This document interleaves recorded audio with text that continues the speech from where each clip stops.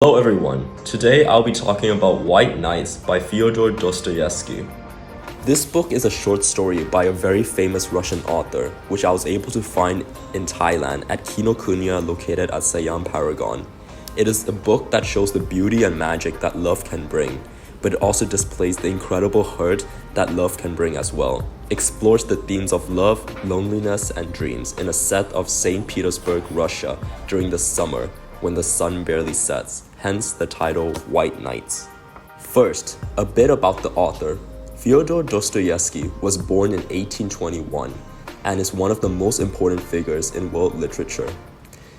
He's best known for his psychological depth and focus on human emotion, especially in the novels like Crime and Punishment and The Brothers Karamazov. White Nights, written in 1848, is one of his earlier works, but already shows his talent for capturing the inner struggles of ordinary people. Now, let's talk about the content of the book. The story follows an unnamed narrator, a lonely young man who lives in St. Petersburg. One night, he meets a woman named Nastenka and quickly falls in love with her. Over 4 nights, they share their personal stories, hopes, and fears. The narrator dreams of a future with her, but at the end, Nastenka reunites with her former lover, leaving the narrator heartbroken. The main ideas revolve around unrequited love, the contrast between dreams and reality, and the pain of loneliness. Dostoevsky shows how powerful emotions can be, even in the span of just a few nights, and how people can find connections even briefly in unexpected places. This book can also be seen as a warning to all lovers, whether you're a man or a woman, on the overdwelling and overfocus on romantic love and connection. Personally, I found White Nights to be deeply moving and painful, especially during the parts of heartbreak. The way Dostoevsky portrays the main character's heartbreak feels like it should be illegal. I came into this book thinking it was going to be a typical romantic story with a happy ending, but I was not so pleasantly surprised with the weight and emotion this book brought with it, exploring emotions deeper than love on the surface.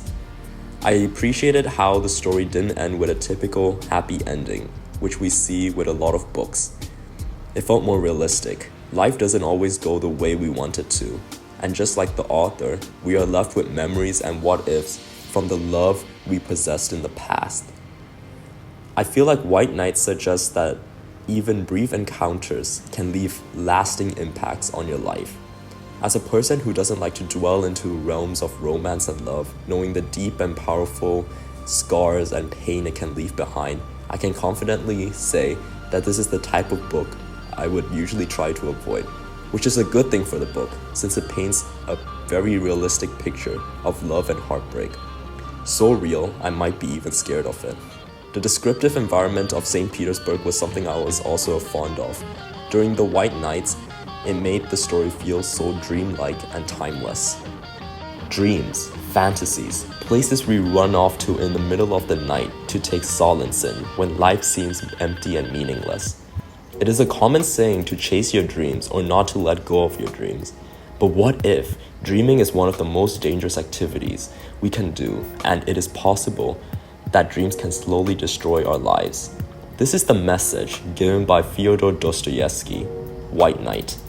This book can be seen in many ways: a tragic love story, a diary of hopeless romantic, or a literally representation of the modern concept of friend zone. Within all the stories, we find a warning of the dangers of dwelling too long in the land of love, and the reminder to embrace the real world with all the negative instead of escaping into fantasy.